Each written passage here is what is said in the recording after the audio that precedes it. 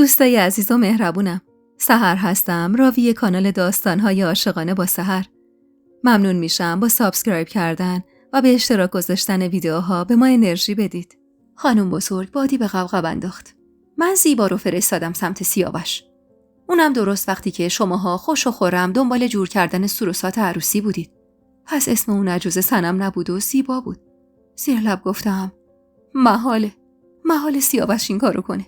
آقا جان شما بگو. هیچی نگو چکاوک، طاقت بیار. آقا جانم دعوتم کرد با آرامش و آقا بزرگ گفت بنویس ملا. من این زنو تا ابد طلاق میدم. بنویس تا عصبانی نشدم خونشو نریختم. چشم آقا. جواهر یهو براق شد. نمیتونی این کارو بکنی باقر. مهریه‌مو باید بدی. آقا بزرگ از جیبش سندی بیرون آورد و گفت سند این خونه‌ای که توشی مال تو. خیلی از مهریت بیشتره. فقط گورتو گم کن، از زندگی من و بچه‌هام برو بیرون. خانم بزرگ با عصبانیتی بیش از قبل گفت حالا که کار به اینجا رسید بذار اینو هم بهت بگم تا بیشتر بسوزی باقر. بدون من عیسی رو هل دادم به سمت اینکه سهرابو بدزده. من 2 دفعه یه نفر رو فرستادم تا چکاوکو بکشه. من کردم باقر. چون درد زخمی که از تو خوردم هیچ وقت کم نشد. درد روزی که بچه به بغل اومدی و ازم عذرخواهی کردی. گفتی زندگی تو پای هوس باختی و من چون بچه‌هام کوچیک بودن مجبور بودم ساکت باشم.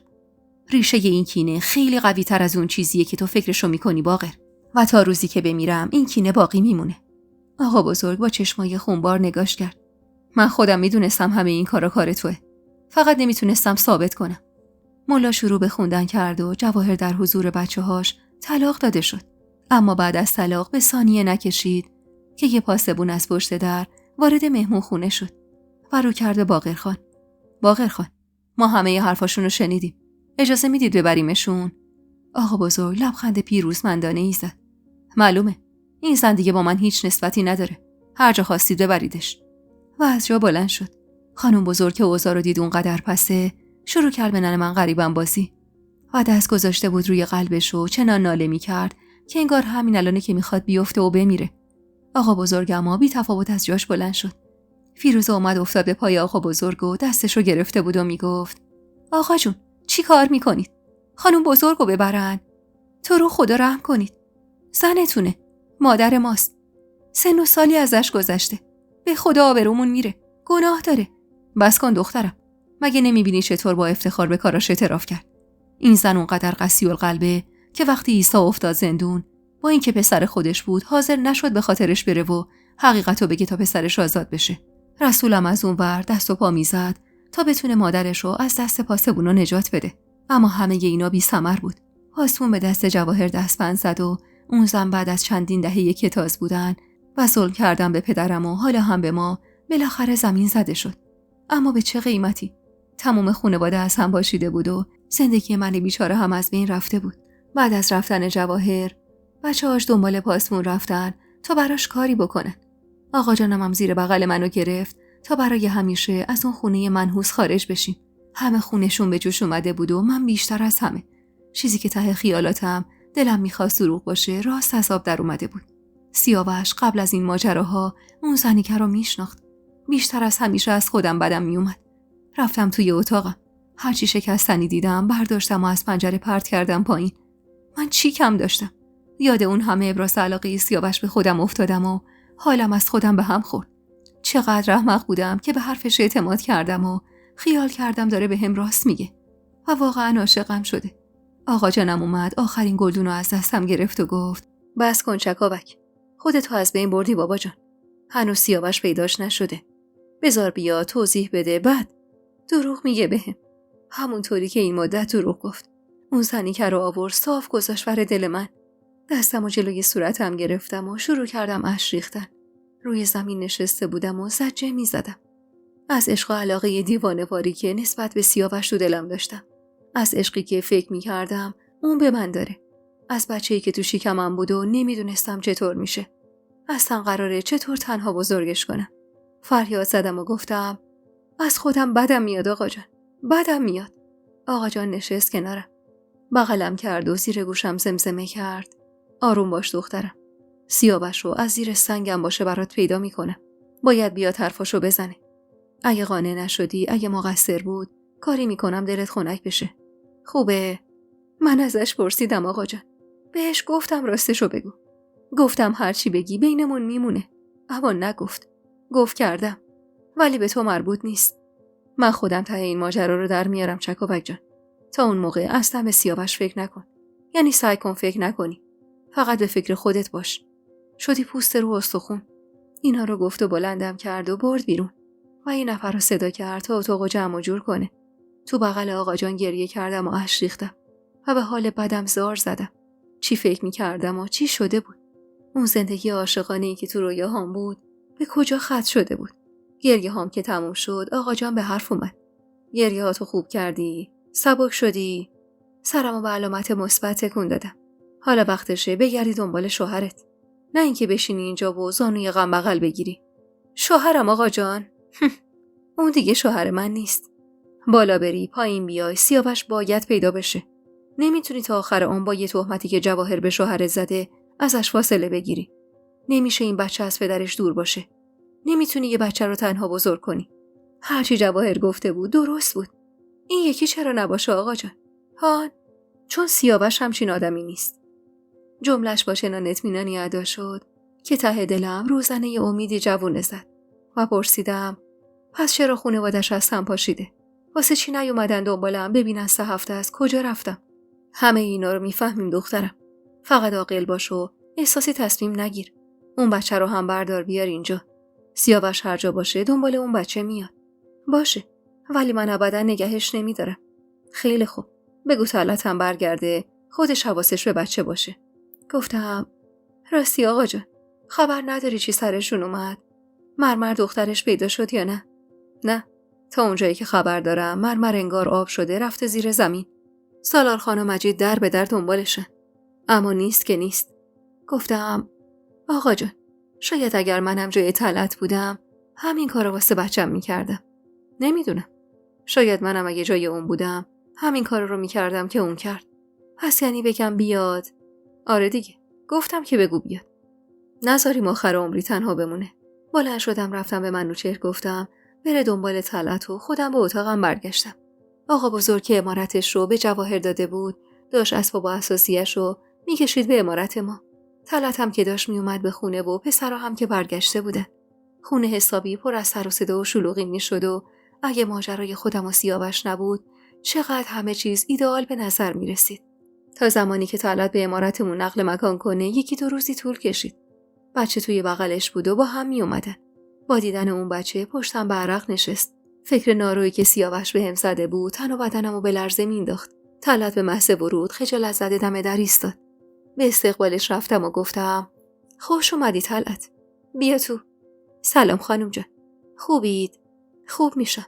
نگران من نباش. آقا جانم و آقا بزرگم اومدم بیرون و با طلعت سلام و احوال پرسی کردن. آقا جانم گفت رفتی که رفتی سراغی هم از ما نگرفتی. آقا بزرگم به حالت طعنه‌آمیزی گفت رفیق نیمه راه نبودی طلعت. روم سیاه آقا. آقا جانم گفت برگرد به اتاق قدیمی خودت. یه فکری هم واسه این بچه بکن. اگه فکر میکنی پیر شدی و نمیتونی از بچه نگهداری کنیم بگو تا یکی رو خبر کنیم بیاد. نه آقا جان، خودم نگهش میدارم. خوبه، پس برو. یه هفته طول کشید تا عمارت با اون همه شلوغی به روال بیفته و اسباب کشی آقا بزرگ تموم بشه. آقا جانم همه روزه از صبح تا غروب میرفت دنبال سیاوش بگرده. اما هیچ نشونی ازش نبود. تا اینکه یه روز وقتی برگشت حسین علی خان همراهش بود. از اون مرد قوی هیکل و خنده رو، اما دیگه هیچی باقی نمونده بود. سرش پایین بود و شونه هاش افتاده. به استقبالش رفتم. آقا جانم با دیدنم گفت حسین علی خان اومدن باهات صحبت کنن. به سمت مهمونخونه هدایتشون کن. بفرمایی زدم و باهاش راهی شدم. وارد که شدیم درو بستم. خوبید پدر جون؟ نه دخترم، خوب نیستم. خدا بد نده. خدا بد نداده. خودم کردم. چطور؟ برگردی یا به خونه؟ سیاوش برگشته؟ نه، اما برش میگردونم. یعنی شما میدونید کجاست؟ پیداش میکنم دخترم. فقط برگرد برو به خونت. سیاوش بی تقصیره. تو چی بی تقصیره؟ تو پنهون کردن کاری یا غالب کردن بچهش به منی که از همه جا بی خبر بودم؟ سیاوش کاری نکرده. پس چرا اون بچه با سیاوش اینقدر شبیه به همن؟ دخترم توضیح میدم. فقط به من قول بده برگردی بری به خونت. تنها اونم وقتی سیاوش نیست. سیاوش همین جمعه تو خونه خودشه. من نباید راستشو بدونم. اصلا شما چرا اینقدر شکسته شدید؟ میگم، همه چیزو بهت میگم. بچه رو به من میدی که کجا ببریدش؟ بدم به مادرش. مادرش کجاست؟ یه جایی زیر آسمون خدا. پدر جون، اما اینجوری که نمیشه. جلو اومد و دستمو گرفت و گفت دخترم، جمعه شب منتظر ما باش. همه چیز روشن میشه. حالا بچه رو میدی؟ بیشتر از این دلم نیومد بهش بگم نه. در مونده بود و من این حالشو اصلا دوست نداشتم.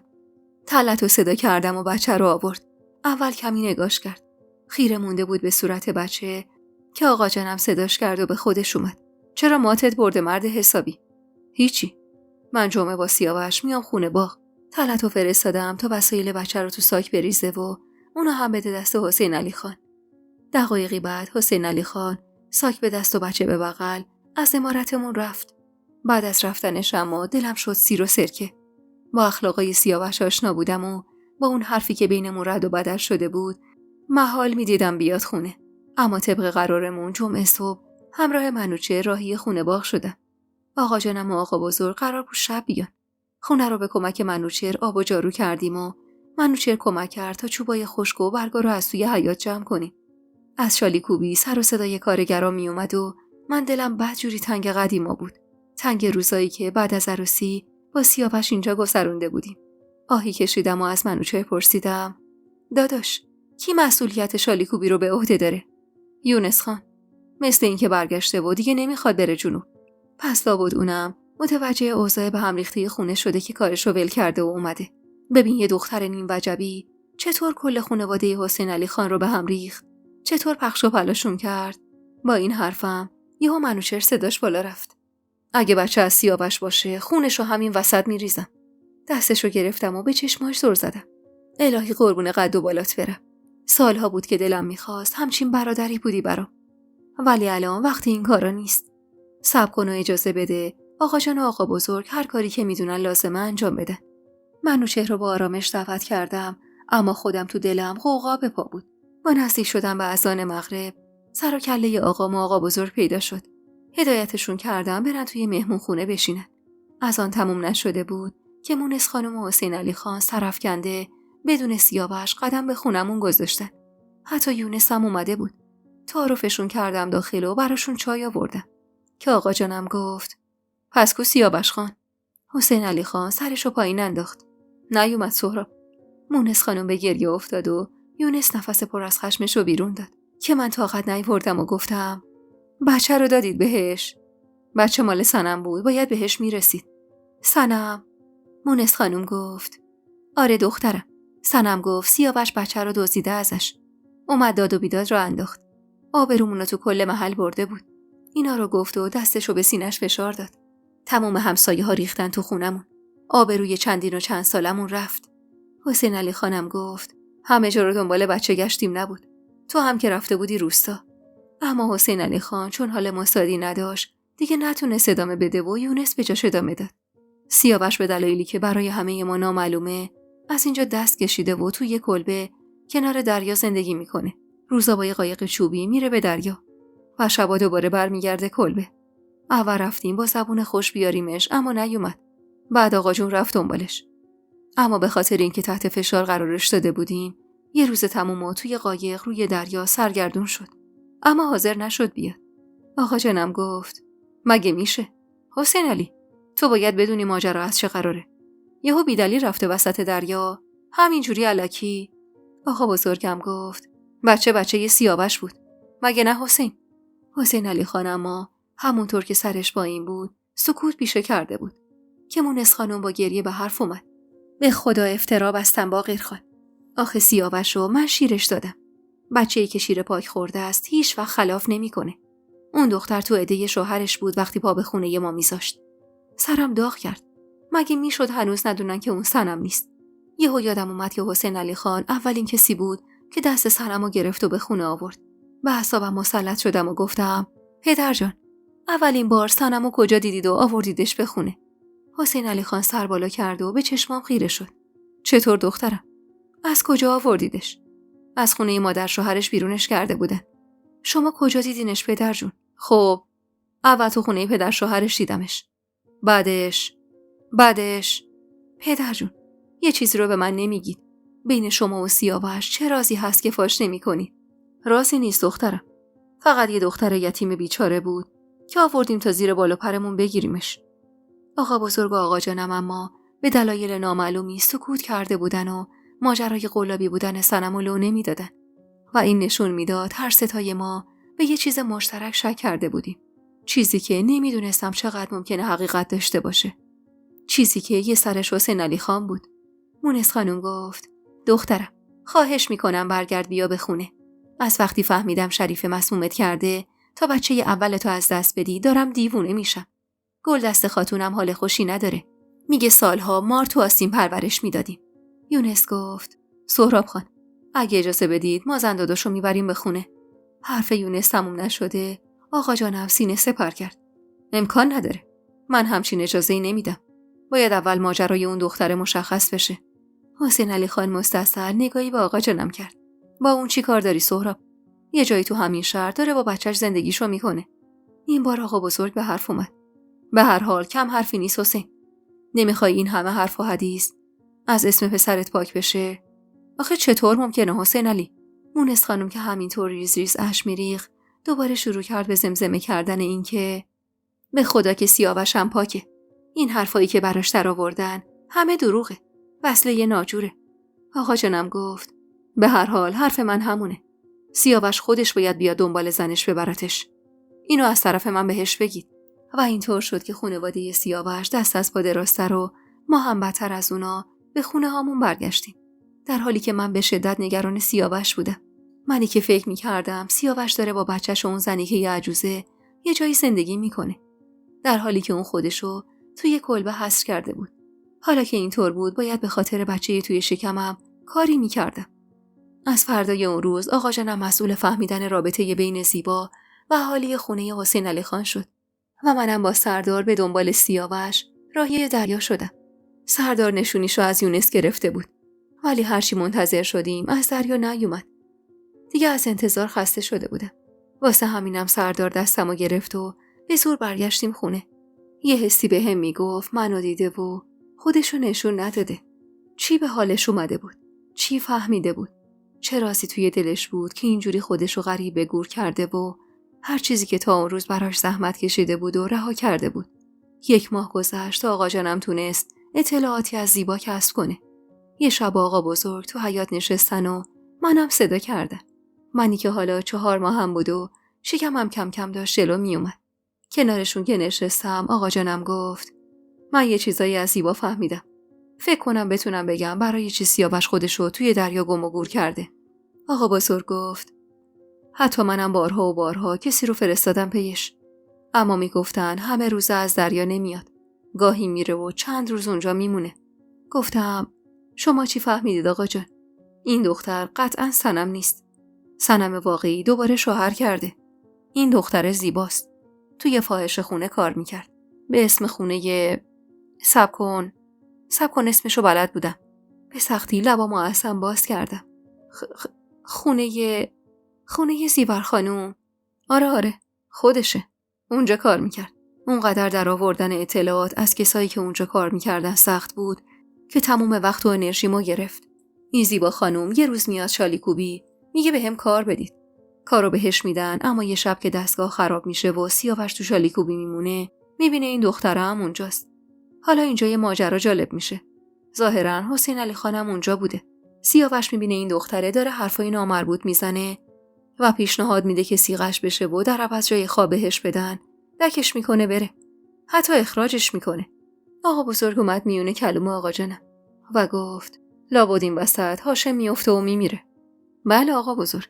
هاشم که میمیره یه مدت بعد حسین علی دست این دختره رو میگیره و میاره تو خونش و به همه میگه این زن هاشمه. گفتم پس یعنی سیاوش به خاطر حسین علی خان دهنشو بسته نگه داشته.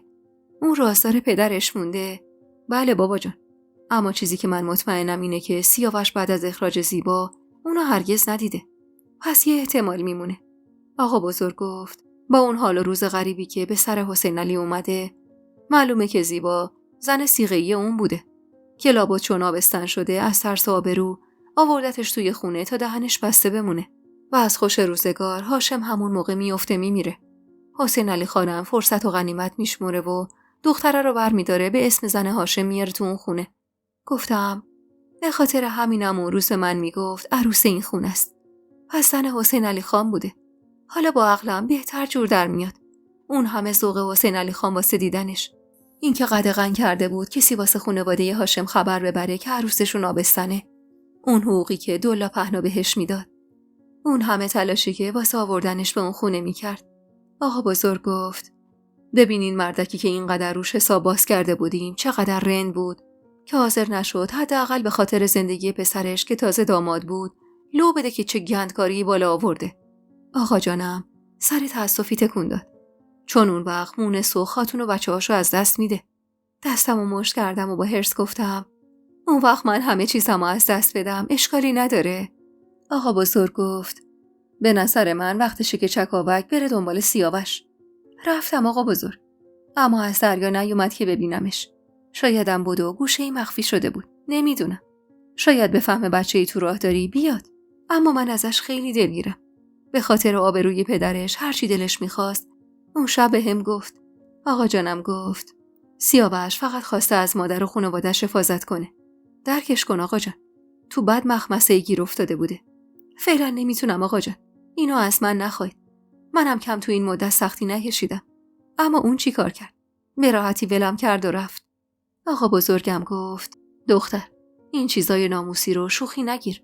پدرش دختری که از فاحش خونه اومده بوده رو به عنوان زنش گرفته. در صورتی که بهترین و اصیلترین زن دنیا کنارش بوده. میدونی اگه مادر سیاوش بفهمه چی به روزگارش میاد؟ چی به روزگارش میاد آقا بزرگ؟ شطور سواری که دولا نداره. داره؟ اینا رو حسین علی خان باید فکرشو میکرد یا سیاوش؟ آقا جانم گفت خیلی خوب چکاوک جان. همون قدری که سیاوش حق داره بابت این راز خودشو سر به نیست کنه، تو هم حق داری عصبانی باشی. ولی عصبانی بودن دلیل نمیشه اونو از حق خودش محروم کنی. اون هنوز شوهرته. آقا بزرگ یهو گفت اصلا چطور میخوای بچه‌شو بزرگ کنی؟ نکنه تو هم مثل حسین علی میخوای از عالم و آدم مخفیش کنی؟ نه آقا بزرگ. خیلی خوب. هر وقت آروم شدی میریم دنبالش.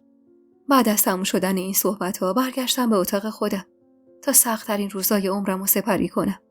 سخت از این جهت که بی دلیل به خاطر یه شب هوس‌بازی یکی دیگه زندگی من رفته بود روی هوا و من حتی برای یه لحظه حرفای سیاوش اون شب باور نکردم و من حتی برای یه لحظه هم که شده بود به حرکات سیاوش و حرفایی که میزد شک نکرده بودم. اونجایی که بهم میگفت چرا بهش اعتماد ندارم. سرم داشت میترکید اما قلبم سبک بود.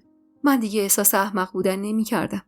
بار سنگینی بعد از مدت‌ها از روی دوشم برداشته شده بود. وقتی بیشتر فکر می‌کردم یه جورایی به خودم حق می‌دادم. چون اون زمان من وقتی گذشته رو کنار هم می‌چیدم همه چیز بر علیه سیاوش بود. منم که علم غیب نداشتم. سیاوشم که نم پس نمیداد. پس طبیعی بود رفتارای من. اما حالا وقت اون بود که خودم آماده می‌کردم برای روزی که همه فهمیدن من از سیاوش باردارم. روزای زیادی خودم رو توی اتاق حبس کردم و با آقا جانم گفتم هیچ مهمونی رو به اتاقم قبول نمی‌کنم. حتی خواهر شوهرام و مونس خانم رو که بارها اومده بودن بهم سر بزنن ولی من قبول نکرده بودم. چون میدونستم اونا سری میفهمن من آبستنم و اگه به سیاوش بگن ممکنه ازم بیشتر رنجیده خاطر بشه. دوست داشتم خودم یه جوری بهش بگم و این بهونه‌ای بشه برای آشتی کردنمون. جز خسرو اما هیچ کس دیگه‌ای رو سراغ نداشتم که بتونه سیاوشو از لاک تنهاییش بیرون بیاره. خسرو بیچاره تا درخواستمو شنید هیچ مخالفتی نکرد. زهرا رو که باب ماه بود گذاشتیم امارت آقا جانم و صبح اول وقتی هوا هنوز تاریک بود به کلبه رسیدیم. سیاوش تور ماهیگیریشو گرفته بود و میخواست بره دریا که خسرو دوید و نفس اون بهش رسید. منم کناری ایستادم و با دلهره بالا پوشم و روی شکم نقلیم انداختم. خسرو منو با دست نشون داد و سیاوش از فاصله دور نگاهش روی من متوقف شد. خسرو چیزی در گوشش گفت و همون لحظه دیدم که تور ماهیگیری از دست سیاوش افتاد زمین. چند قدمی جلوتر اومد. منم دیدم داره سمتم میاد. از شدت بی‌حواسی به سمتش چند قدم بلند برداشتم و همین باعث شد بالا پوشم کنار بره.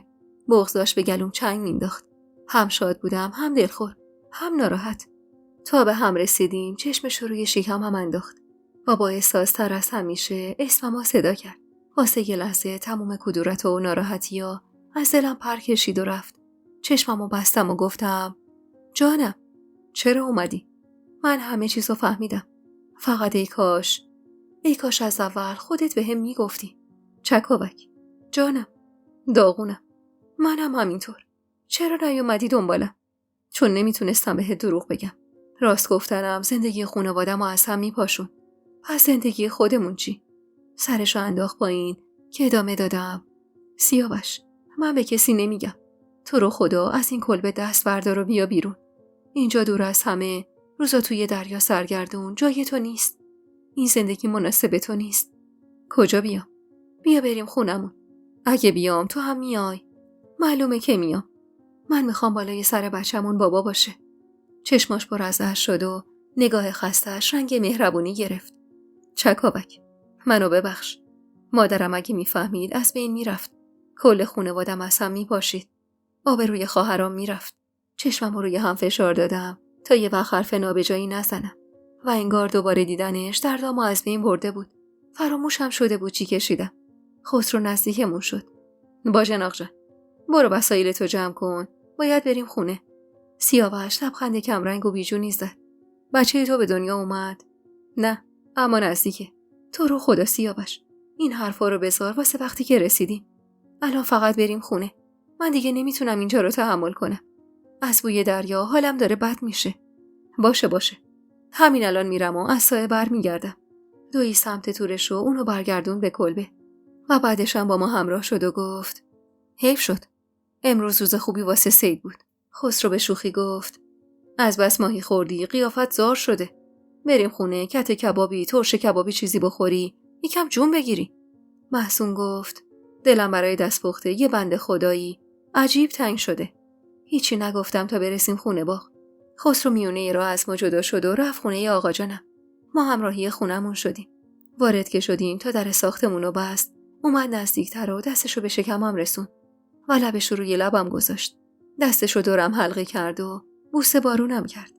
وزیر گوشم نجوا کرد چکاوک، به خاطر دوری از تو داشتم کم کم عقلمو از دست میدادم. داشتم به جنون میرسیدم. منم سیاوش. دلم خیلی برات تنگ شده بود. با حالت قهر گفتم خیلی بی‌معرفتی سیاوش. میدونم عزیزم، اما یه نگاه به حال روزم بکن. ببین چی به روز خودم آوردم. ببین چقدر لاغر و سیاه شدم. سرم روی سینه‌اش رفت و گفتم سیاوش، نمیدونی چی کشیدم. نمیدونی چیا به سرم اومد. دستشو نوازشوار روی موهام کشید و گفت به نظرت میتونیم فراموشش کنیم؟ میتونی منو ببخشی؟ فکر نکنم سیاوش. اومد دوباره ببوستم که در خونه به صدا در اومد. سیاوش همونطور که میرفت تا در رو باز کنه زیر لب گفت فکر کنم خبر رو پخش شده. پشت در مونس خانوم بود. به محض باز شدن در خودش رو انداخت تو حیاط و شروع کرد گریه کردن و اسم سیاوش رو صدا میزد. هوشمندشم تک تک اعضای خانواده سیاوش اومدن داخل. حتی گلدست خاتونم اسا زنون وارد حیاط شده بود و با دیدنمون همه اشک شوق میریختن و لبخند به لب داشتن که خاتون گفت این دختر آخر سیاوش رو مجنون کرد. مونس خانم گفت مادر جان، این چه حرفیه؟ پیداش کرد و برش گردون به خونه. لحظاتی نگذشته بود که خواهرای سیاوش متوجه شکم من شدن. مریم با دلخوری گفت از دست تو زنده داشت. به خاطر این نمیذاشتی بیایم ببینیمت. آبستن بودی. سمیه خدا رو شکر میکرد و پری از خوشحالی همینجور اشک میریخت. اما همه بودن جز حسین علی خان.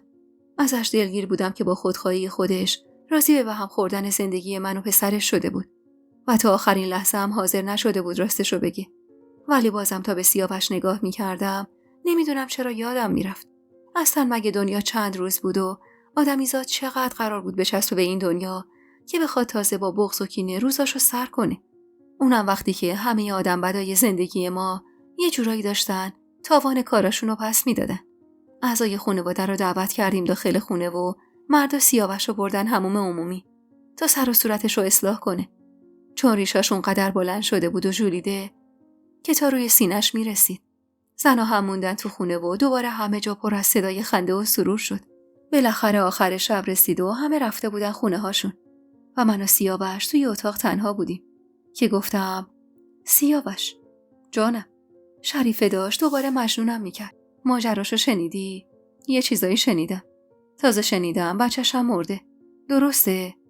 آره. هم کارشو از دست داد. هم تفلک اون بچه بیگناه مرد. اما اینطور که یونس میگفت انگار آقا بزرگت میخواد دلش کنه بره پی کارش. آره. خودم گفتم. دلم سوخت. همین که مجنون نشدم و این بچه سالمه واسه من کافیه. بذارونم بره یه گوشه‌ای زندگیشو کنه. پس من چی؟ تو چی؟ من کجای این زندگیم؟ گفتم تو اصلشی مشتی. میدونی چقدر طول کشید تا با خودم کنار بیام که شاید تو هم حق داشتی و اگه من جات بودم همین کارو میکردم. اما اینو بگم حق نداشتی ولم کنی بری تو دریا. اونی که ول کرد و رفت تو بودی شکاوک، نه من. خب من درگیر سوء تفاهم شدم. خودتو بذار جای من. هیچ حرفی نمیزدی. فقط هی مدام میگفتی چرا بهم اعتماد نداری. ولی حتی یه قدمم بر نمیداشتی واسه اینکه اعتماد منو جلب کنی. از اون ورم تمام شواهد بر علیه تو بود. این تو بودی که قید منو زدی. این دردش خیلی زیاد بود. انتظار داشتم لااقل بیای برام این سوء تفاهمو برطرف کنی. دوست داشتم بیام. اما نمیشد. به خدا نمیشد. کل خانواده از بین میرفت. از اون طرفم میدونستم بالاخره یه روز راست ماجرا رو میفهمی. چون اینجور مسئله‌ای دیر یا زود مشخص میشد. چون باقر خان و سهراب خان خوب میشناختم. بالاخره تا توی ماجرا رو در می آوردن و تو از راست ماجرا با خبر می شدی. گفتم هیچ کدوم از این حرفات باعث نمیشه بتونم ببخشمت. اما فقط به خاطر مادرت که سکوت می کنم. نمیخوام حال روز منو اونم تجربه کنه. گناه داره سر پیری. اونقدری هم به من محبت کرده که مثل مادر خدا بیامرز خودم میدونمش و دلم نمیخواد ناراحت شه. ممنون عزیزم. لطف میکنی. منت سرم میذاری. فقط لطفاً دیگه به روی منم نیار. نمیدونی با یادآوری اون جریان به چه حال و روزی میافتم. آروم باشه زیر لب گفتم. واسه خودم و بچم و بقای زندگیم باید کوتاه میومدم و پا رو دلم میذاشتم. باید کم کم میبخشیدمش. دستشو گذاشت پشت کمرم. کنارم دراز میکشی. تنها خوابیدن تو کلبه بهتر نبود؟ نه که نبود. بدون استثنا هر شب خواب تو میدیدم. سرم روی بازوش رفت و مرد من بعد از مدت‌ها دوری به من برگشت. 2-3 روز بعد از اون ماجرا بود که نیمه شب در خونمون کوبیده شد. سیاوش هراسون رفتم در. من و چهر و سردار بودن که اومده بودن دنبال من. زهرا دردش گرفته بود و داشت تنهایی زایمان میکرد. منو بردن تا کمک زهرا کنم. اما قابله تا منو دید سرم داد کشید. واسه چی تو اومدی؟ میخوای زهره ترک بشی؟ کی گفته زن آبستن آوردارم بیارن اینجا؟ خب نمیشد که نیام. تنها خواهرمه. به خدا همینجا ساکت یه گوشه میشینم و هیچ کاری نمیکنم. مادرت کجاست؟ مادر نداریم. سالها پیش فوت کرده. خیلی خوب. پس بالای سرش بشین و دستاشو بگیر. زهرا عرق کرده بود و قابل هر کاری میکرد بچه به دنیا نمیومد. اون وسط هم یه بار از هوش رفت. اونقدر دستپاچه شده بودم که دلم میخواست جیغ بکشم. که قابله گفت اگه بخوای این کارا رو کنی مجبورم بیرونت کنم. سکوت کردم و هیچی نگفتم. تا اینکه بالاخره دمدمای صبح بعد از سختیای فراوون بچه زهرا و خسرو به دنیا اومد. بعد از به دنیا اومدن بچه خدم سری اومدن و اتاق مرتب کردن. و طلعت هم اومد و با کمک هم لباس مرتب تن زهرا پوشوندیم. قابله هم شیرینیشو از آقا جانم و خسرو گرفت و رفت. حالا نوبت آقا جانم و خسرو بود که به دیدن بچه بیان. زهرا که به زور تازه تونسته بولای چشماشو باز کنه نگاهی به دور تا دورش انداخت. طلعت بچه رو توی آغوشش گذاشت و من آروم گفتم مبارک زهرا، خوش به حالت که راحت شدی. طلعت با غیظ گفت والا و بلا که من ندیدم زن آبستن بیا تو اتاقی که زاو هست و در حال زایمانه، چون ترس میگیرتش. این چه کاری بود که با خودت کردی؟ گفتم نگران نباش، 4 روز دیگه یادم میره. طلعت آروم دستشو روی دستم گذاشت. تصدقت بشم. باشو برو دست و صورتتو آب بزن. خواهرت فقط تو رو داره. این با این حال و روز از پس خودش بر نمیاد. چه برسه به بچه. فردای اون روز نزدیکای ظهر بود که آقا بزرگ و سالار خانم وارد اتاق زهرا شدن. سالار خان توی گوش بچه از آن گفت و مبلغی پول و یه علنگوی سنگین به زهرا هدیه داد. بعد از اون خسرو رو با زهرا تو اتاق تنها گذاشتیم و همینطور که از پله ها پایین میرفتیم طلعت گفت میگم مادر شوهرشو دعوت نکنیم واسه جشن 10 روزگی. گلبیبی رو میگی؟ آره دیگه. چرا نیومد برای زایمانش؟ دلت خوشه طلعت. از نامادری چه انتظاری داری؟ خب حداقل برای جشن دعوتش میکنی. اگه نیومد دیگه واقعا لیاقتش همین بوده. طلعت اینو گفت و رفت دنبال کارای زهرا. منم یه نفر رو فرستادم دنبال زندایی تا از روستا بیاد و واسه جشن 10 روزگی محمدعلی با هم برنامه ریزی کنیم. 2-3 روزی طول کشید تا زهرا سر پاشه. 10 روز بعد از تولدم بچه رو بردیمش حموم و هم خودش و هم بچه رو غسل دادیم و همون روز ظهر براشون جشن بزرگی برپا کردیم. گلبیبی اما واسه مراسم اومد. طلعت که صدام کرد برم استقبالش، دلم بد جور شور میزد. گفتم نکنه جلوی مهمونایی که اکثرا فامیل سیاوشینا بودن تیکه‌ای بندازه بهم که سنگ رو یخ بشم. اما گلبیبی با لبخندی به پهنای صورت منو بوسید و گفت ببخشید دخترم. سالار خان بهم نگفته بود زهرا زایمان کرده. وگرنه حتما دیدنش می اومدم. ممنونم گلبیبی خانم. خوش اومدید. به محض ورود مستقیم رفت سراغ بچه و من آروم نفسمو فوت کردم. بچه رو بغل گرفت و یه پلاک طلا بهش داد و یه سرویس طلا هم برای زهرا آورد. کنار زهرا نشستم و زیر گوشش گفتم اینم از گلبیبی که نگرانش بودی آبجی. زهرا آروم جواب داد والا خسرو خیلی حساسه. وگرنه به من بود 70 دفعه تا حالا آشتی کرده بودیم. به خدا مردم از تنهایی. آخه مگه ما کی رو داریم؟ گفتم هرچی شوهرت میگه گوش بده. ته تهش اون نامادریشه و خسرو رو بهتر از من و تو میشناسه. یادمه توی مجلس اما چشم همه زنا روی کادوهای گلبیبی بود که واقعا هم سنگ تموم گذاشته بود و من متوجه بودم که چقدر زهرا از اومدنش خوشحاله و از خوشحالی خواهرم بی نهایت خوشحال بودم.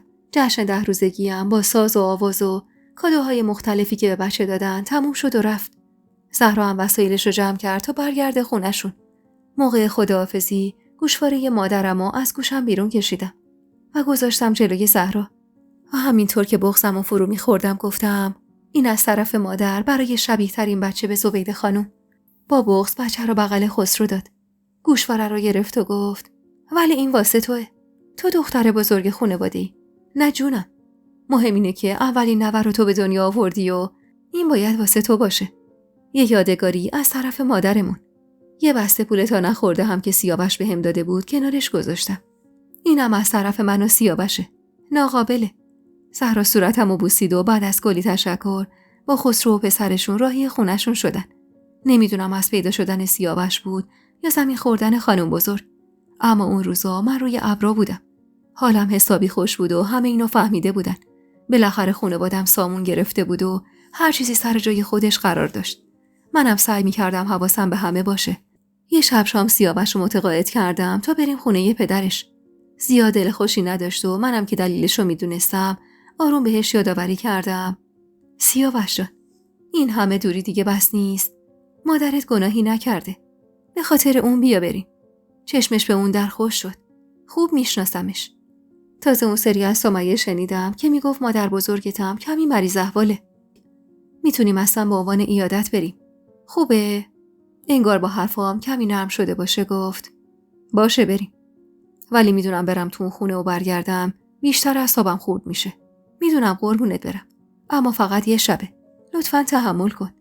بوسه‌ای به گونم نشوند و گفت آخه تو چقدر خوبی دختر. با این خوبیات حسابی داری منو شرمنده میکنی. دستشو گرفتم و گفتم حالا نمیخواد شرمنده باشی. پاشو سری عوض کن. باید بریم.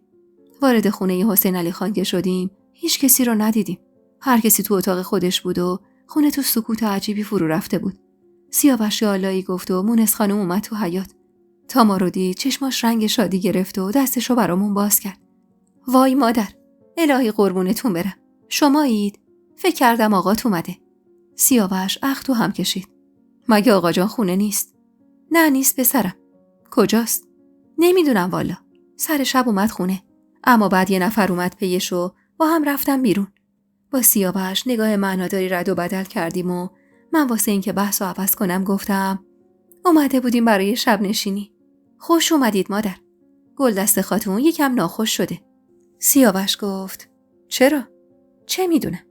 برای یونس زن انتخاب کرده بود اما یونس قبول نکرد. سیاوش گفت اوه، پس هواپسه و اوضاع خیلی ناجوره. چی بگم مادر؟ نمیدونم آخر و عاقبتمون میخواد چی بشه. که یهو یونس از پشت سر به جمعمون پیوست. میبینم خبرها زود پخش میشه. سیاوش خندید. چرا دختره رو قبول نکردی؟ آخه دختر بلقیس خانوم که تازه 1 سال از من بزرگترم هست به دردم میخوره.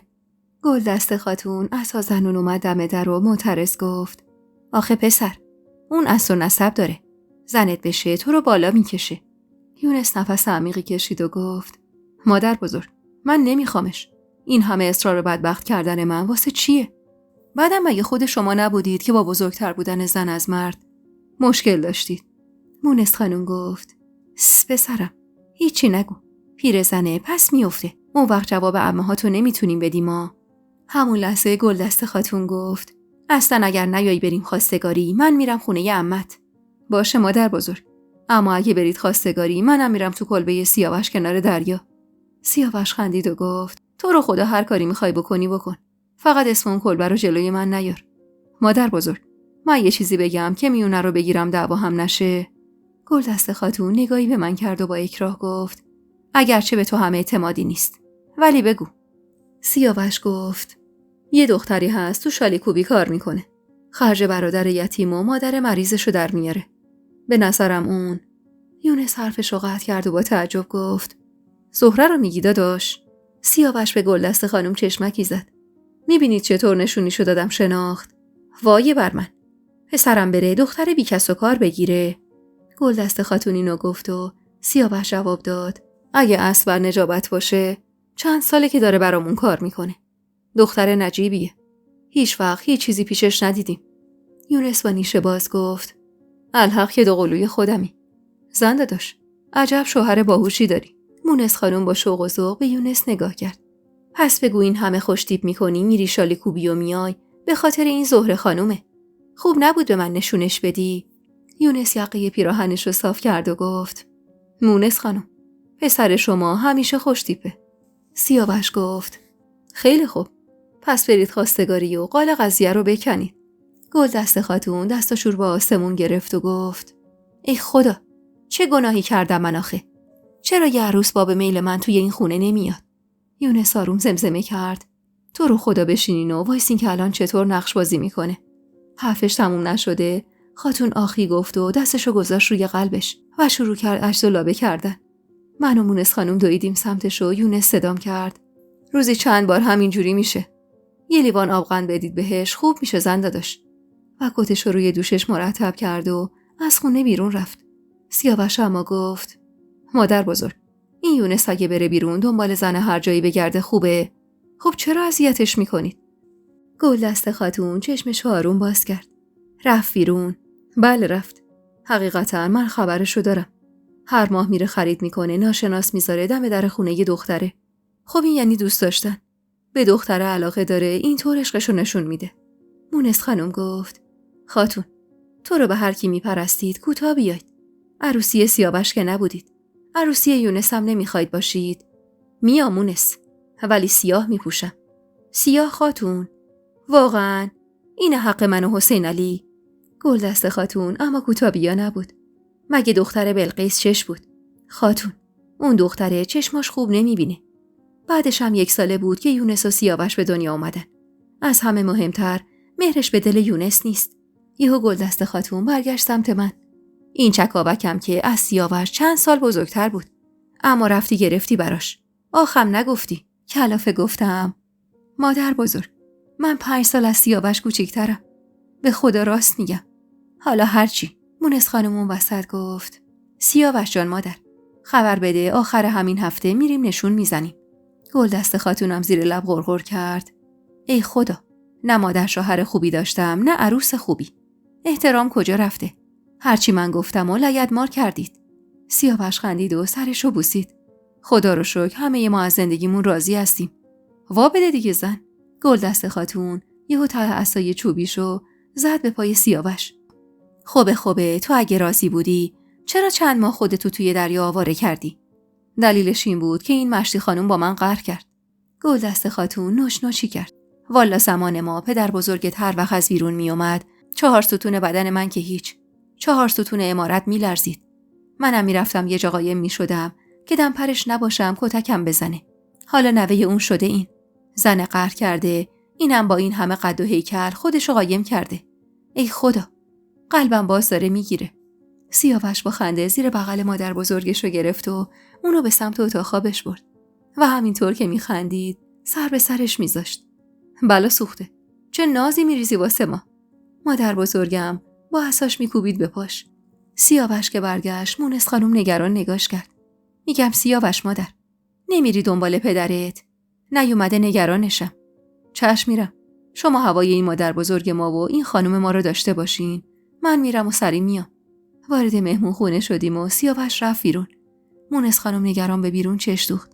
زندگیم از وقتی سنم پا به این خونه گذاشت ویران شد.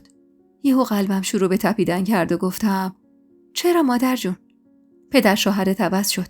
حرفای عجیب میزد. ازم چیزای عجیب و غریب میخواست. شما چی کار کردید؟ به حرفاش گوش میکردید؟ نه دخترم. آخه از من گذشته این کارا. من باید به فکر توشه آخرتم باشم. چیزی نیست انشاءالله مادر جون. به دلتون بد راه ندید. بالاخره مردن دیگه. اینا رو به زبون میگفتم و تو دلم میدونستم که مونس خانم بیچاره تمام حرفاش درسته. و واقعا پدر شوهرم تغییر کرده بود و ازش بعید نبود که درخواستای نابجا ازش داشته باشه.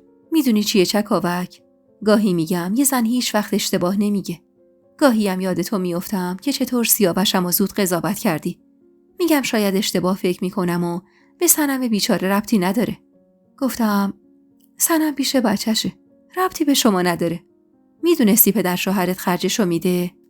با شنیدن این حرف یهو قالب تویی کردم. اما سری خودم رو جمع جور کردم و گفتم به هر حال خب. اما زبونم قفل شده بود. دلم به حالش میسوخت.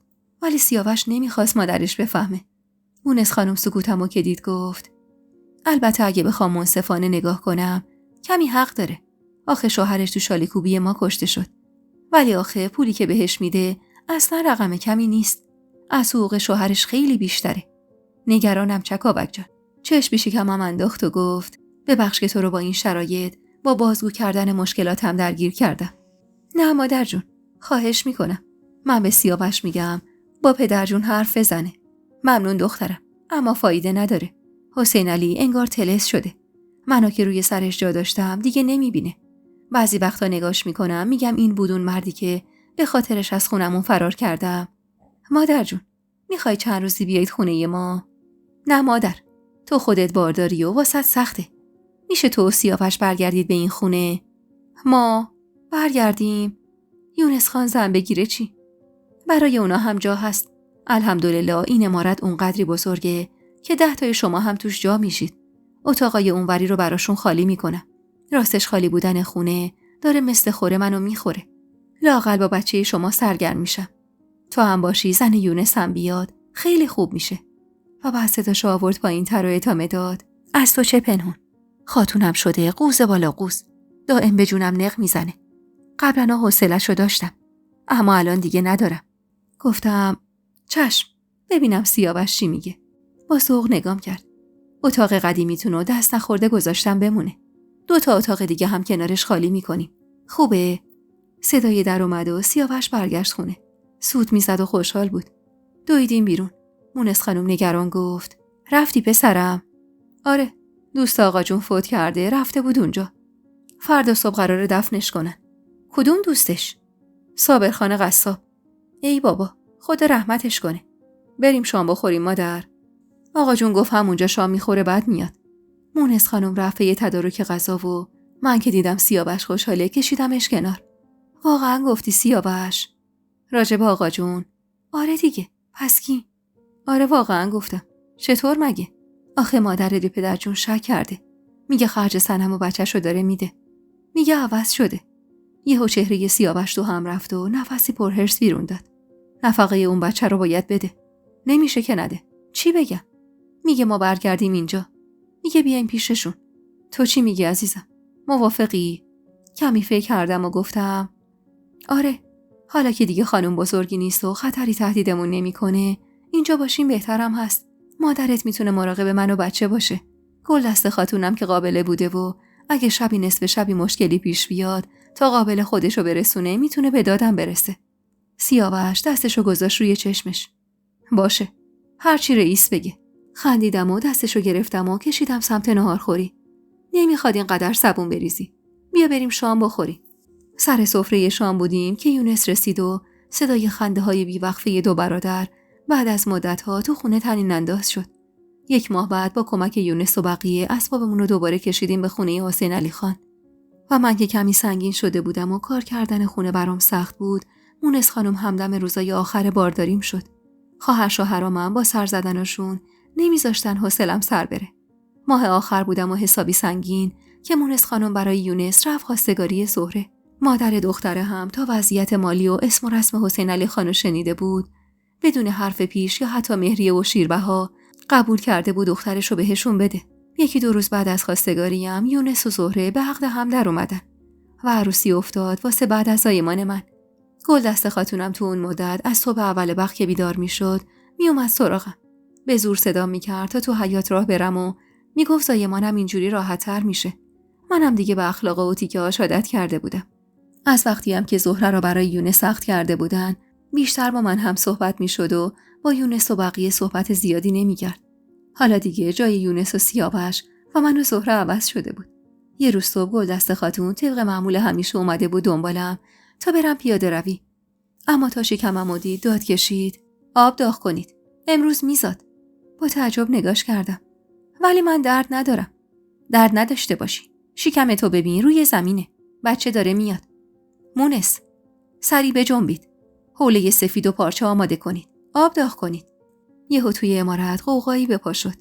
مونس خانم و خدمه اینور و اونور میرفتن و وسایلی که گلدست خاتون گفته بود و توی اتاق میذاشتن. سیاوش هم سرگردون اینور و اونور میرفت و همینجوری نگاهشون میکرد. زیر لب گفتم مطمئنید؟ مگه شوخی دارم دختر؟ نگاش کن تو رو خدا. انگار منم که 9 ماه حاملم. زن حسابی. بجنب دیگه. چی کار کنم؟ برو تو حیاط 1 قدم بزن و بیا. سیاوش تو هم برو دنبال قابله. اینجا موندی داری چی کار میکنی؟ خاطره زایمان زهرا تو سرم بود. با خواهش به سیاوش رو کردم و گفتم میشه بری دنبال ماما؟ قابله خوب نیست.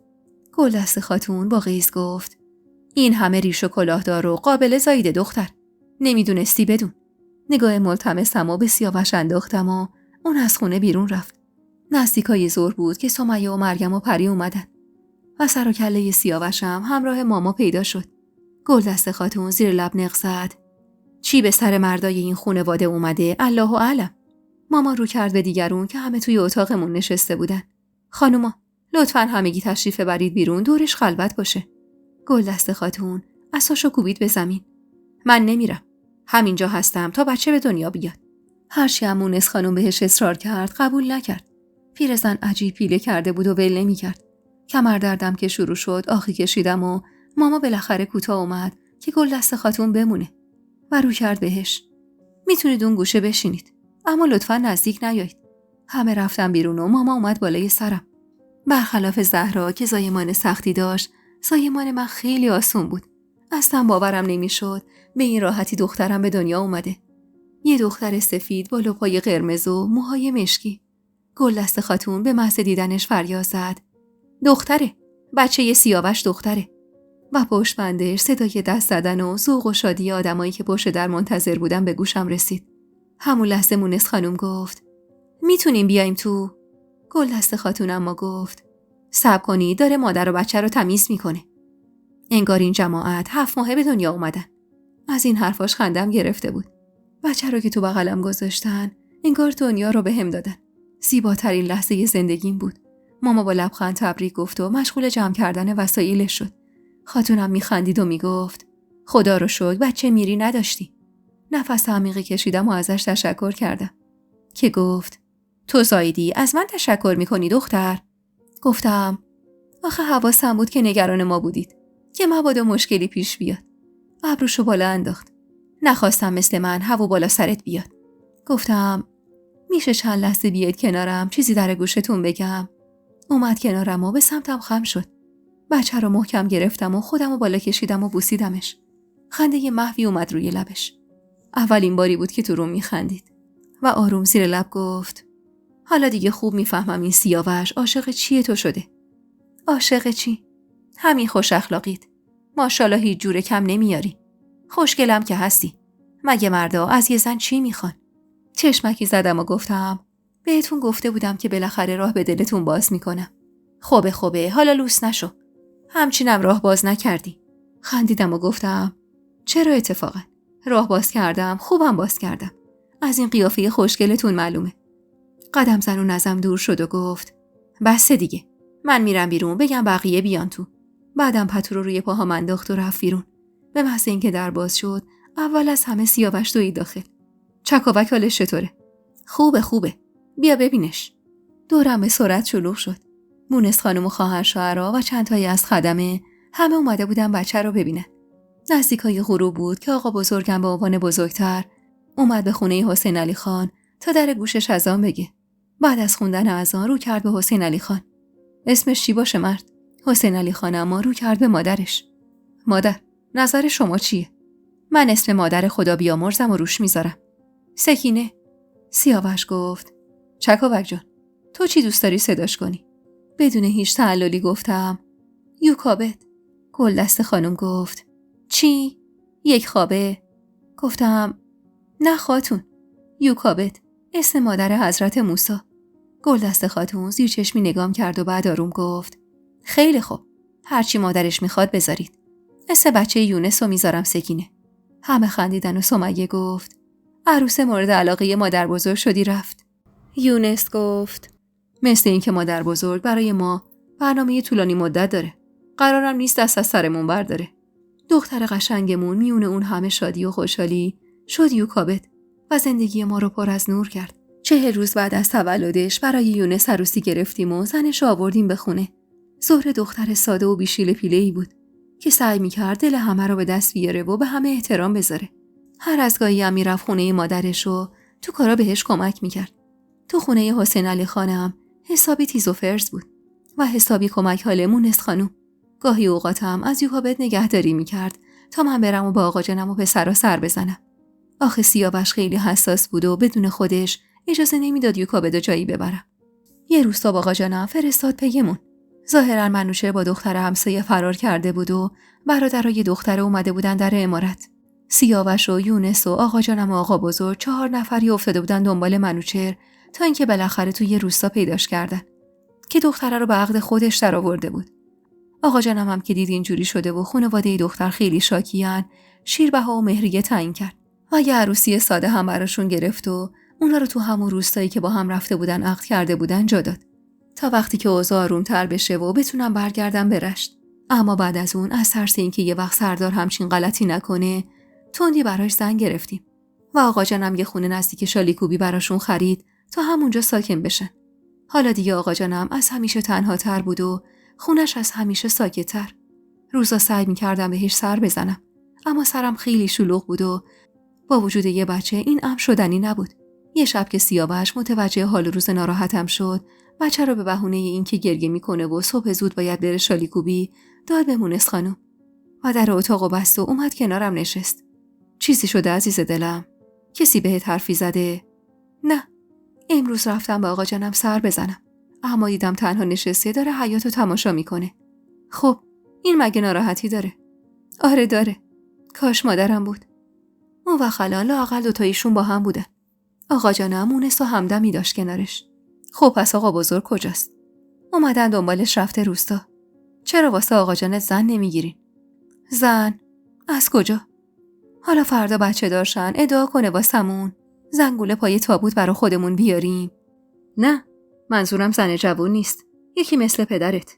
یکی مثل پدر من بچه هاش میذارن شوهر کنه. نگران نباش. صبر کن یکی رو واسش پیدا میکنم. از کجا؟ تو به اینش کاری نداشته باش. اون شب این حرفا رو زدیم و تا 1-2 هفته هیچ خبری نبود و من به کل فراموش کرده بودم که یادم یه روز دمدمای غروب طبق معمول توی خونه با کار خودم رو مشغول کرده بودم که سیاوش از توی حیاط صدام زد. سری یوکابد رو بغل کردم و رفتم پیشش. یه زن میان سال همراش بود و منی که هیچ خاطره خوشی از این صحنه نداشتم یکی خوردم. به دهنش چش دوختم تا خودش به حرف بیاد. ایشون سوری خانم هستن. امشب مهمونمان. تصنعی لبخند زدم و گفتم خوش اومدید. بفرمایید داخل. اما به محض اینکه سوری خانم وارد خونه شد، سیاوش رو کشیدم کنار و سوال پیشش کردم. این خانم کی بود؟ سیاوش خندید و به طعنه گفت زیر نظرش بگیر، چون واسه یه نفر میخوام. با خنده گفتم به همین زودی تونستی واسه آقا جانم زن پیدا کنی؟ بله. چطور مگه؟ آخه از کجا؟ میشناسیش؟ با لبخند نگام کرد و گفت انگار منو دست کم گرفته خانم. خب معلومه، از شالیکوبی. ابروهام بالا پرید و گفتم وا، اونجا شالیکوبیه یا دفتر ازدواج؟ اول یونس، حالا هم آقا جانم. صبر کن و تماشا کن خانم، این قدم ها رو مسخره نکن. گفتم حالا برداشتی این بنده خدا رو آوردی، اگه بچه هاش بشنون قشقرق را نندازن. نگران نباش، بی‌وست و بچه دارم نمی شده، واسه همینم دیگه ازدواج نکرده. گفتم چی بگم؟ انشالله خیر باشه. قیافشم به دل میشست. فقط میتونی بری بگی آقا جانم امشب بیاد اینجا؟ ای به روی چشم، تو برو پیش سوری خانم، من بهش گفتم بیاد با مادر بزرگم معاشرت کنه، از تنهایی در بیاد. گفتم اگه با هم تونستن سازش کنن بشه پرستار مادر بزرگ. اخلاقش چطوره؟ ساکت و بی سرزبونه، حداقل تو شالیکوبی که اینجور نشون میده. همون موقع مونس خانم صدام کرد. چکاوک دخترم، بیا اینجا. گفتم من برم، تو هم برو آقا جانم و واسه شام دعوت کن بگو بیاد. سیاوش رفت و منم دویدم تو خونه که مونس خانم گفت دخترم بیا ببین زهره چشه. از عصر رفته تو اتاق، یه ریز داره گریه میکنه. آروم زیر گوش مونس خانم سمسمه کردم سوری خانومو برام از زیر نظر میگیرید، ببینید اخلاقش چطوریه. همین خانم که اومد. آره لطفاً. باشه قربونت برم. تو برو ببین یونس حرفی زده بهش که اینطوری رفته تو لاک خودش یا چیز دیگه ایه. چشم، الان میرم. به سمت اتاق زهره رفتم و در زدم. بله. صداشو که شنیدم معلوم بود حال و روز خوشی نداره و در حال گریه کردنه. خوبی زهره؟ منم. زن دادا شمایی؟ آره. چرا گریه میکنی دختر؟ هیچی. چیزی شده بگو با هم حلش میکنیم. در اتاقو باز کرد و رفتم داخل کنارش نشستم. صورتش خیس اشک بود و چشماش حسابی ورم کرده بود از شدت گریه. گفتم بگو عزیزم چی شده؟ این چه حال و روزیه؟ طبیبا مادرمو جواب کردن. اینو گفت و شونه‌هاش از شدت گریه لرزید. دستی به صورتم کشیدم و گفتم ای وای، آخه چرا؟ میگن قلبش دیگه نمیکشه. خب تو چرا اینجایی؟ چرا نمیری پیشش؟ آخه در شأن یونس خان نیست که اونجا بیاد. ای بابا، مشکلت اینه؟ حالا من گفتم چی شده؟ شوهر تو ما برات نگه میداریم. تو برو به مادرت رسیدگی کن دختر. اینجا نشستی آب قوره میگیری؟ یه وقت مونس خانم چیزی نگه. نه بابا، مهربونتر از این حرفاست. پاشو برو ازش اجازه بگیر، بهش بگو. بعدم به یونس بگو هر روز بهت سر بزنه. خوابیدنم بیاد خونه. اینجوری هیچ مشکلی هم پیش نمیاد. زن داداش، مادرم خیلی زیاد داره درد میکشه. بغلش کردم و سرش رو روی شونم گذاشتم. میفهمم چی میگی. مادر منم آخرای عمرش درد زیاد میکشید. ولی طبیبش یه دارو داده بود که بهش میدادیم و راحت میخوابید. چه دارویی بود؟ متاسفانه ازش ندارم. وگرنه بهت میدادم تا هر از گاهی بهش بدی تا بتونه چند ساعتی بخوابه. زیر لب تشکری کرد و بهش گفتم باشه ساکشو ببند راهیشه. دختر بینوا در حالی که یک چشمش اشک بود و یک چشمش خون بلند شد وسایلشو ببنده. منم به اتاق گلدست خاتون قدم گذاشتم و دیدم سوری خانوم چنان مجلس و دست گرفته بود که خنده از لب مونس خانوم و گلدست خاتون کنار نمیرفت. سرفه‌ای کردم و گفتم به به، میبینم که جمعتون جمعه و جای من خالیه. سوری خانوم لبخند به لب نگام کرد. بفرمایید خانوم جان. بیادبی کردم جلوی مونس خانوم و این خاتون خوشگل. گلدست خاتون خندید و گفت همیشه به من سر بزن زن. تو کجا بودی تا الان؟ تو بیجار در حال درو. و بعد هر سه دوباره خندیدن. به مونس خانوم نگاه کردم. اشاره زد و گفت دخترم، به از شما نباشه این سوری خانوم واسه خودش جواهریه. ماشاءالله خنده از لبش کنار نمیره. تو این چند دقیقه هم نذاشته خنده از رو لب ما کنار بره. انگار 100 ساله که میشناسیمش. سوری خانومم گفت اونقدر این زندگی بر سر من مشکل هوار کرده که اگه نمیخواستم بخندم یه لحظه هم دووم نمی آوردم. میخندم تا بلکه پشت این خنده دردامو یادم بره. گلدست خاتون گفت چه راه حل خوبی. کاش منم میتونستم همیشه بخندم بلکه دردام یادم بره. درد شما چیه خاتون؟ بیشوهری؟ یه دفعه گلدست خاتون شکمش رو گرفت و زد زیر خنده. خنده‌ای که تو این مدت هیچ وقت پیشش ندیده بودم. طوری که از خنده‌اش ما هم هممون خندمون گرفت. بعد از کمی اما گفت: سوری خانم، درسته پول داریم، ولی دیگه بی دردم نیستیم جانم.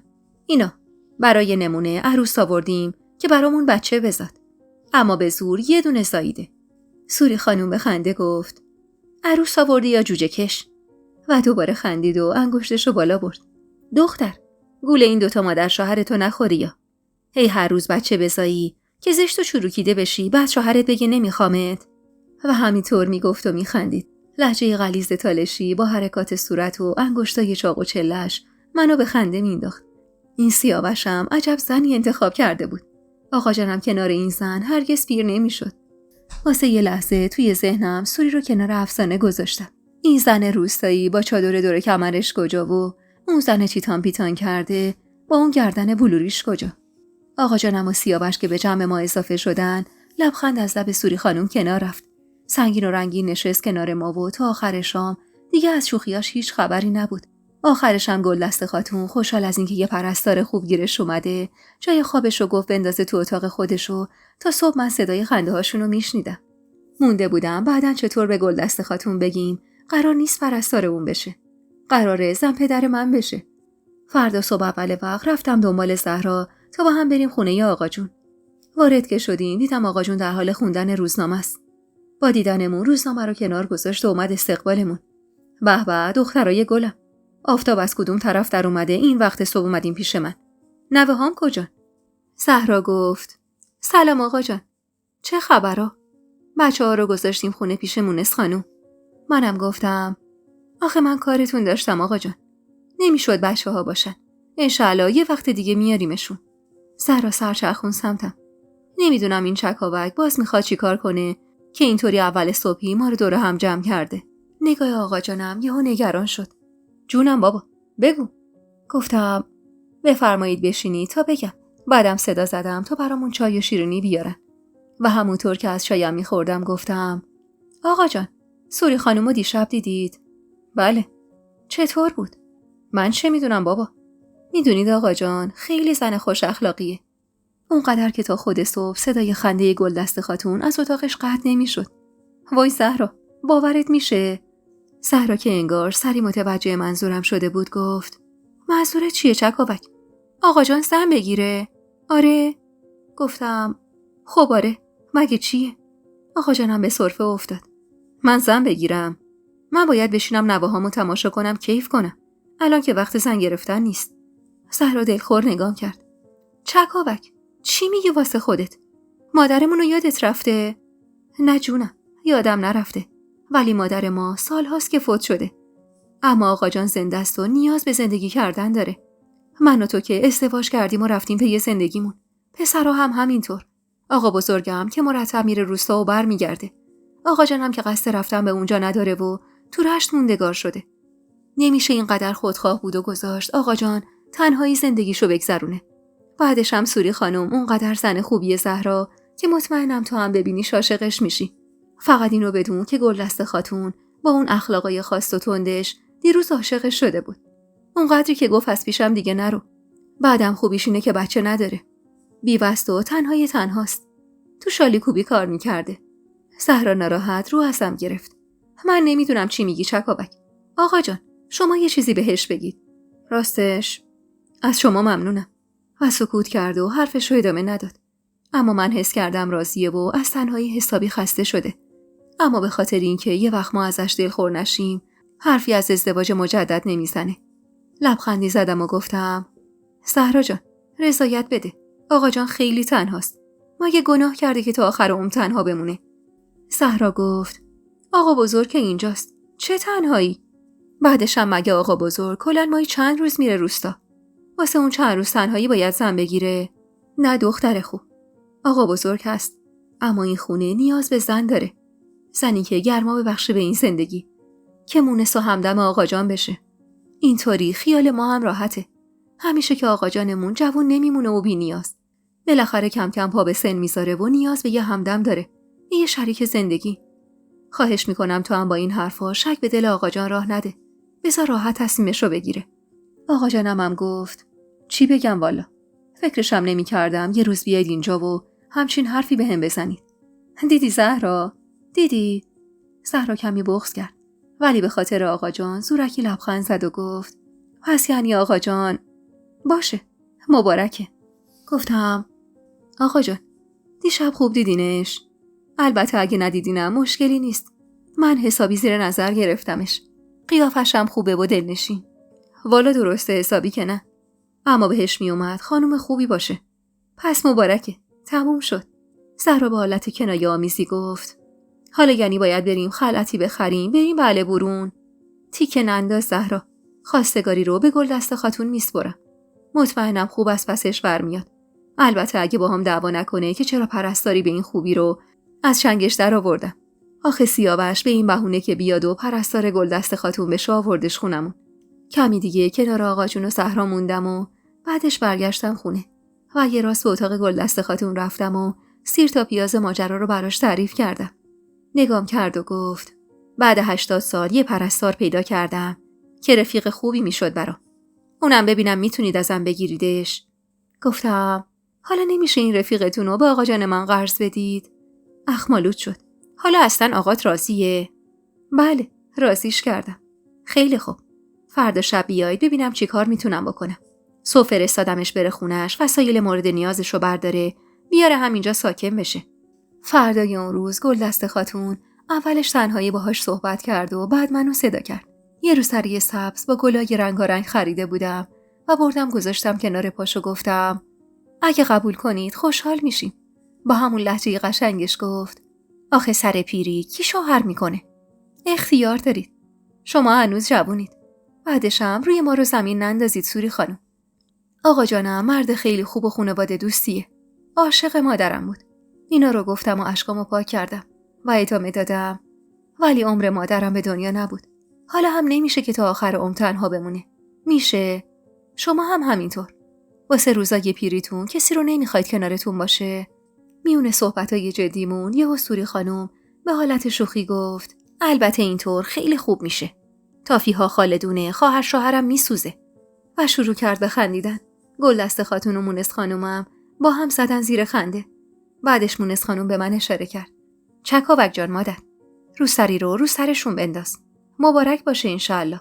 و اینجوری بود که ما صاحب این آمادری مهربون و خوش اخلاق شدیم. زنی که نیومده تمام اعضای خانواده رو دور هم جمع کرد. هر هفته غذا میپخت و دنبال پسرا میفرستاد و ما رو دعوت میکرد خونه‌شون. و محبتش به همه ما جوری بود که انگار بچه‌های خونیش بودیم. بعد از اومدنش آقا جونم و آقا بزرگم به لحاظ روحی حالشون خیلی بهتر شده بود. 1 ماه از ازدواج آقا جانم میگذشت که حسین علی خان از وصیت‌نامه‌اش رونمایی کرد. احساس می‌کردم انگار بهش الهام شده بود که قرار نیست زیاد زنده بمونه. وقتی وصیت‌نامه رو به سیاوش داد، سیاوش جوشی شد. بخش قابل توجهی از پولش به زیبا میرسید. زیبایی که خانم بزرگ اونو فرستاده بود تا زندگی منو از هم بپاشونه. تا سیاوش رو خام خودش کنه. اما از بد حادثه یا خوش حادثه نمیدونم. سیاوش با نداده بود و به جاش حسین علی خان دل در گرو زیبا سپرده بود. که البته اینو هم خانم بزرگ خوب میفهمید. میفهمید که تیرش به سنگ خورده. اما اون روز توی اون مجلس این حرفا رو زد تا ما رو بچزونه. تا داغ ما رو بیشتر کنه. وگرنه خوب میدونست اجیر شدهش نتونسته سیاوش رو از راه بدر کنه. هرچند که دیگه هیچ کدوم از اینا الان مهم نبود. با شنیدن این حرفا ترسیدم و رفتم پشت در اتاقشون گوش ایستادم. و صدای سیاوش رو شنیدم که میگفت یعنی هیچ جای این دنیا مادر من برای شما مهم نبود؟ فکر نمی‌کنید چی به روزش میاد وقتی بفهمه این همه پول به زیبا دادید؟ حسین علی خان اما بی تفاوت گفت بس کن پسر، این وظیفه منه. میخوای تو آتیش جهنم بسوزم؟ واسه لحظاتی هیچ صدایی از سیاوش نمیومد. مطمئن بودم کارت بزنی خون ازش در نمیاد. که یهو با صدایی که سعی میکرد بالاتر از یه حدی نره گفت من زندگیمو، زن و بچه‌مو پای راز شما قمار کردم. این شما بودید که منو 1000 بار قسم دادید که هرگز رازتونو برملا نکنم. سر همین رازم نزدیک بود بدبخت بشم. ممکن بود چکاوک هیچ وقت به من بر نگرده. ممکن بود اسم اون بچه تا ابد پشت اسم من بیاد. نه شما. اون وقت شما دارید به چی فکر میکنید؟ پس من واسه چی این همه عذاب کشیدم؟ عصاب کشیدم که مادرم آسیب نبینه. به خاطر قسمی که بهم داده بودید لام تا کام حرف نزدم. چون فکر می‌کردم شما پشیمونید. فکر می‌کردم واسه مادرم جبران می‌کنید. اما اشتباه کردم. همون روز اولی که آوردیدش و جلوی همه به دروغ گفتید زن هاشمه و صنمه، باید همون روز دستتون رو می‌کردم. اشتباه کردم، سکوت کردم. اشتباه آقا جان. تهشم که خودم از این خونه بیرونش انداختم. نمیدونم اگه این کارو نمی‌کردم شما می‌خواستید تا کی همینطوری پیش برید. اصلا تا کی میتونستید پنهونش کنید. ای کاش زمان به عقب برمیگشت. تا همون شبی که توی شالیکوبی قصد اغوا کردن منو داشت، میفرستادمش یه جایی که نه تنها از شالیکوبی بلکه از کل این شهر و دیار بیرونش میکردم تا هیچ وقت شما نمیتونستید به مادرم اینطور خیانت کنید. حسین علی خان اما در برابر این همه داد و فریاد و عصبانیت سیاوش دوباره خیلی آروم گفت: شهر گفته پسر، من نگفتم. اون برادر خونی شماست. بعد از من باید دستشو یه جا بند کنید. اینجا دیگه سیاوش یهو جوش آورد. میدونستم الانه که از اتاق خارج میشه و همینم شد. داد و بیدادی کرد و از اتاق اومد بیرون و یه راست رفت و از حیاط خارج شد. همونطور که از پشت ستون به جای خالیش نگاه میکردم گفتم: پناه بر خدا. انگار واقعا این حسین علی خان چیز خور شده. دعایی شده. هرچند که به این چیزا هیچ اعتقادی نداشتم، اما در عجب مونده بودم و تو دلم لعنت میفرستادم به خانم بزرگ که این شر رو وارد زندگی ما کرده بود. بعدش هم لعنت میفرستادم به حسین علی خان که اینطور سرکش تنبون شل شده بود. توی همون روزا و اون گیر و دارا بود که مادر زهره فوت کرد و ما درگیر مراسم کفن و دفن شدیم. برادر زهره هم چون کسی رو نداشت وارد خونه حسین علی خان شد. یه پسر مظلوم و ساکت که حدوداً 10 سالش بود و هم بازی خوبی برای یوکابد من به حساب می اومد. عاشق بچه‌ها بود. روزا می اومد تو اتاق و با یوکابد بازی می‌کرد. گاهی هم می‌رفتیم تو حیاط و با هم قدم می‌زدیم. 40 مادر زهره رو یونس توی مسجد خیلی خوب تو رشت برگزار کرد. مراسم آبرومندی بود. اما یادمه تو راه برگشت از مسجد به خونه بودیم که یهو پای حسین علی خان پیش خورد و افتاد توی چاله نسبتاً عمیق. تا بلندش کنیم و ببریمش پیش طبیب کمی طول کشید. طبیب تا دید فهمید لگنش شکسته و همونجا بود که آب پاکی رو روی دستمون ریخت و گفت: باید استراحت مطلق باشه. جای بدی شکسته. ایشون هم سنش بالاست و بعید میدونم که به این راحتی یا جوش بخوره. و دقیقاً از همون شب بود که حسین علی خان یه جا نشین شد. مونس خانم بینوا اما عین پروانه دور شوهرش میچرخید. اما چه فایده؟ جز بد اخلاقی و بدخلقی چیزی نصیبش نمیشد. اصلا حسین علی خان آدم سابق نبود. تا اینکه یه روز در خونه به صدا در اومد.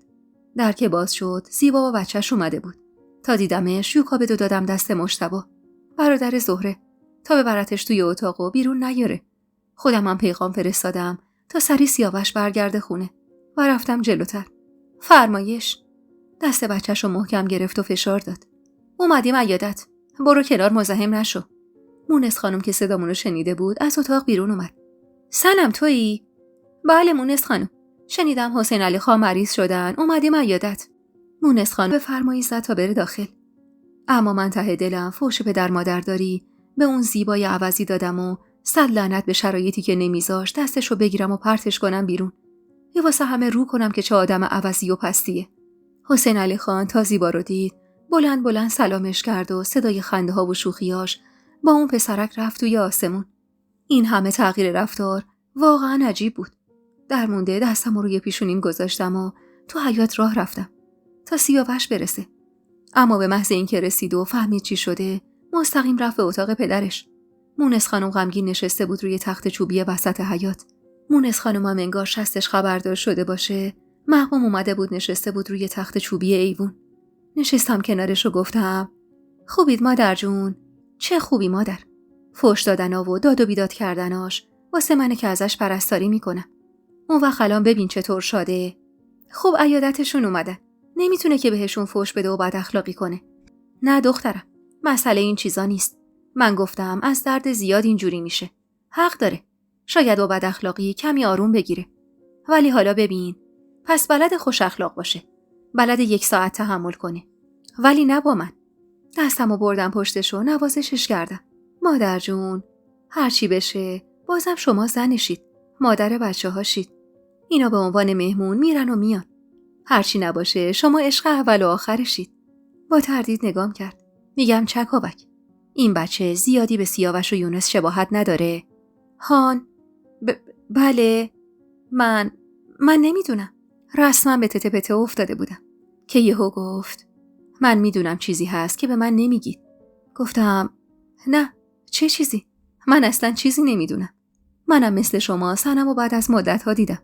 اشکشو پاک کرد و گفت یه زمانی خانم اول و آخر این خونه من بودم. هرچی میگفتم حسین علی میذاش روی چشماشو انجام میداد. اما حالا ببین چی شده. گفتم باشید ببرمتون بیرون، قربونتون برم. حالا که سیاوش اومده خونه و فرصتی جور شده، بیا بریم با هم دیگه امامزاده. انگار از خدا خواسته باشه و دلش بخواد از اون خونه بره بیرون و از اون جو دور بشه. گفت آره مادر جون، فکر خوبیه. بیا بریم اونجا تا دلم کمی سبک بشه. این چیزا رو هم نمیبینم. گفتم آفرین به شما. تا اون موقع این عجوزه هم رفته. خندیدیم و از خونه به سمت امامزاده خارج شدیم. موقع برگشت مونس خانم به حرف اومد.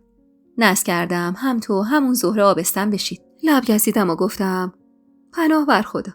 که گفت نمیدونم. از چشمات میخونم دوباره آبستنی. اما مادر اگه آبستن بودیم به زهره نگو. میترسم یه وقت دختر تفلک دلش بشکنه. چشم مادر جون، نگران نباشید شما. که یهو گفت آخه این یونس بیچاره چطور میتونه بابا بشه وقتی مجتبی هر شب بینشون میخوابه؟ گفتم چی بگم؟ حق دارید. خوب اون تفلک هم تازه مادرش رو از دست داده بوده. واسه همین خواهرش میخواسته هواشو داشته باشه. اما به نظرم میتونید از فردا، البته اگه خودتون میخواید، بگید بیا تو اتاق حسین علی خان بخوابه که اگه شبی نصف شبی کمکی چیزی خواست بیا دنبال سیاوش و یونس. اینطوری کار شما هم سبکتر میشه. آخه مگه یه روز دو روز مادر؟ معلوم نیست حسین علی خان تا کی وضعیتش اینطوریه. نمیتونیم که بچه رو اسیرش کنیم. این پسرم با این مدل زن گرفتنش خودشو اسیر کرد. بعد به دلتون راه ندید. انشاءالله که زهره همین ماه خبر آبستن بودنشو به شما میده. ایشالا چکاوت جان، خدا از زبونت بشنوه. اما یه چیزی بگم. جانم بگید. هر کسی بیا تو اون خونه هیچ کس واسه من تو نمیشه. خانومی و از خانومی هیچ چی کم نداری. خدا مادر تو بیامرزه که چنین جواهری به ما داد. لبام گل انداخت و گفتم ممنونم مادر جون. شما هم عین مادرم برام عزیزید. حرف میزدیم و از این در و اون در میگفتیم تا بالاخره رسیدیم به عمارت. بریم تو ببینم این دختره ای ورپریده رفت یا نه. در خونه رو باز کردم و زیبا رو در حال حرف زدن با سیاوش دیدم. دستشو تو هوا تکون میداد و معلوم بود داره چیزی رو با عصبانیت از سیاوش طلب میکنه. مونس خانم بدون تعلل قدماشو تند کرد و به سمتش رفت و گفت چیزی شده سیاوش؟ سنم تو چرا هنوز نرفتی؟ سنم نگاه پر از خشمشو به مونس خانم انداخت و بعد دست بچه‌شو گرفت و گفت داشتم میرفتم. بچه رو کشید و رفتم بیرون. حسین علی خان اما مونس خانومو صدا کرد و من و سیاوش تنها شدیم. سری پرسیدم چی میگفت این زنی که یه دیوونه خونه خراب کن؟ میگه ارث پسرمو بدید برم دعاتمون. خب بده بره. فهمیده آقا جان مریضه، فکر کرده ممکنه پرستاری آقا جان بخوره به گردنش. واسه همین میخواد فلنگو ببنده. گفتم عجب مارمولکیه. اما سیاوش به نظر من مادرت بو برده. و اگه نظر منو بخوای، اگه دکش کنی زنی که رو تا بره روستاشون خیلی بهتره. باشه میفرستمش بره، ولی باید قبلش وصیت‌نامه رو تغییر بدیم که فردا این بچه نیاد ادعا کنه واسمون. بعدم اگه این زنی که رو بتونم کمی ادب کنم بد نیست. باشه عزیزم، هر جور خودت صلاح میدونی. اما گفتم در جریان باشی که مادرت بو برده. از اون شب طبق پیشنهاد من مجتبی رفت پیش حسین علی خان بخوابه و سیاوش رفت دنبال عوض کردن وصیت‌نامه پدرش. یه هفته‌ای گذشت و من یه روز بغچه به بغل داشتم میرفتم همون که ریخت نحسش رو توی کوچه دیدم. گفتم چه خبر؟ اینجا چی کار میکنی؟ اومدم باهات حرف بزنم. چه حرفی؟ به شوهرت بگو اینقدر منو بازی نده. تا 10 روز وقت داره پول بچه‌مو بده. وگرنه یه کاری میکنم مرغای آسمون به حالش گریه کنن. مادرشو بازاش مینشونم. چشمامو تو کاسه چرخوندم و گفتم تو غلط میکنی زنی که یه هر جایی. و اطرافمو پاییدم و یه قدم رفتم جلوتر. وزیر گوشش گفتم من که میدونم تو از کجا اومدی و دست نشونده یکی بودی. پس واسه من خودتو بالا نگیر. یهو نگاهش نگران شد. از کجا اومدم؟ اصلا از هر جا. یه دهاتی بی کس و کار بودم که به در شوهر عزیزت این بلا رو سرم آورد. اخفالم کرد و منم ازش آبستن شدم. حالا هم حق الارث بچه‌مو میخوام. چیزی که حقمونه. گفتم از دهات اومدن فرق داره با از خونه زیور خانم اومدن. از دیدن ترس توی چشماش کیف کردم. به حربه های جواهر دست زدم و گفتم یه روز تموم کشیک اون خونه رو دادم تا در ازای پول یه نفر حاضر شد بنچاق تو رو برای من رو کنه. فکر کردی نمیفهمم که هرزه بودی؟ یهو کفری شد و گفت خفه شو زنی که هرزه تویی. گفتم با 2 اسکناس بیشتر همون زیور خانم حاضره بیاد و جلوی جمع آبروتو ببره. حالا ببینم بازم حرفی داری؟ بازم میخوای مادر سیاوش رو بعضاش بنشونی؟ حالم داد به عقب، اما عقب نشستم. به پول یامفت و مردای هیز و هرزه عادت کردی. واسه همینم آدم حسابی مثل شوهر من که یه زمانی هم بد جور پست زده کفرتو در میاره و به نظرتون قدر ساده و احمقن که هر کلایی دلت خواست بذاری سرشون. پاش برسه چنان بی آبروت میکنم که نتونی تو رشت سر بلند کنی. این دفعه دیگه ساکت شد. دید من شوخی ندارم و همه ی حرفام راسته و از جیک و پوکش خبر دارم. گفت بس دیگه، فقط بگو یه پولی بدن من برم روستامون، همین. گفتم باشه، بهشون میگم لطف کنن و یه پولی جلو پات بندازن. اما تو هم دیگه از این غلطا نمی‌کنی بیای جلوی کسی رو بگیری و زرزر کنی. شیرفهم شد. زیر لب قرولندی کرد و سرش انداخت با این و دست بچه‌شو گرفت و رفت. رفتن که چه عرض کنم. انگار فرار کرد. لباسمو که بر اثر زمین خوردن خاکی شده بود تکوندم و با لبخند به سمت حموم روونه شدم. دلم خنک شده بود. اما بعد فکر کردم کاش بیشتر حالشو میگرفتم و یه چکم زیر گوشش میخوابوندم. و اون آخرین باری بود که من زیبا رو دیدم. 3 ماه بعد از اون ماجراها بود که بالاخره زهره آبستن شد و با این خبر خونه بعد از مدت‌ها کمی از ماتم زدگی خارج شده بود. اما درست 2 ماه قبل از تولد بچه یونس گلدست خاتون فوت کرد. بعد از تولد اون بچه هم حسین علی خان پر کشید. توی 1 سال خانواده ما 2 عضو مهم خودش رو از دست داده بود. وصیت‌نامه حسین علی خانم تغییر کرده بود و ارثیه بین بچه‌هاش تقسیم شد بدون اینکه حتی اسمی از بچه زیبا آورده بشه. و اینا همه نتیجه تلاشای سیاوش بود که به بار نشسته بود و بالاخره کلک زیبا کنده شده بود. البته در حق اون بچه اشراف نشده بود و پول قابل توجهی بهش داده شده بود. ولی خب همین که اسم زیبا و اون بچه توی اون وصیت‌نامه نبود، همه نتیجه تلاشای سیاوش بود تا بنیان خانواده رو حفظ کنه، تا مادرش آخر عمری رنجیده خاطر نشه و برادر و خواهراش خاطره بدی از آقا جانشون تو ذهنشون نمونه. همون سیاوش که میدونست واسه 7 پشتمون بس بود. بعد از تقسیم ارث یونس و زهره همراه با مجتبی و پسر تازه متولد شدهشون به خونه جدیدشون نقل مکان کردن و ما و مونس خانوم موندیم توی عمارت حسین علی خان. 1 سالی بعد از فوت حسین علی خان بود که آقا جانم دچار بیماری فراموشی شد و سوری خانوم تا آخرین لحظه زندگیش ازش پرستاری کرد. همون سال خود یه پسر به من و سیاوش داد و این پسرم هنوز 3 ماهش تموم نشده بود که من بعدی رو باردار شدم و پسر دوممون به دنیا اومد. و اینطوری بود که دور و برمون حسابی شلوغ شد. زهرا و بچه‌هاش، سردار و پسراش و من و شهر و زن و بچه‌اش هر کسی سر خونه زندگی خودش بود و فاصله بینمون افتاده بود. چندین سال طول کشید تا برادر زنای منوچهر اجازه دادن بالاخره منوچهر و زنش بیان رشت زندگی کنن. یوکابت 14 ساله بود که یه روز سوری خبر آورد حال آقا جانم به هم خورده و مجبور شدن سری برسوننش مریض خونه و دکتر اونو بستری کرده. بچه‌ها رو گذاشتیم تو خونه و من و سیاوش هر دو راهی مریض خونه شدیم. تا ما برسیم همه برادر خواهرام اومده بودن. نگاهی دور تا دور اتاق انداختم. آقا جانم چشماش بسته بود و بیهوش روی تخت افتاده بود. سوری خانمم کنارش نشسته بود و ریز ریز اشک میریخت و با گریه‌هاش آتیش به دلم مینداخت. نشستم کنار تخت آقا جانم و دستشو توی دستم گرفتم. آقا جان، صدامو میشنوی؟ بچه‌هات اومدن. منوچهر و سردارت. زهرات اومده. چکاوکت اومده. آقا جان میشنوی؟ سوری خانومم هست. ببین داره گریه میکنه واسه‌ات. خب ناراحتش نکن دیگه. پاشو لبخند به لبش بیار. سوری خانوم میونه گریه‌هاش گفت لابد مادرتون رو دیده ما رو فراموش کرده. و دوباره زد زیر گریه و همه همراش به گریه افتادیم. زهرا میونه حقیقش میگفت ولی زوده. هنوز عروسی بچه‌های ما رو ندیده.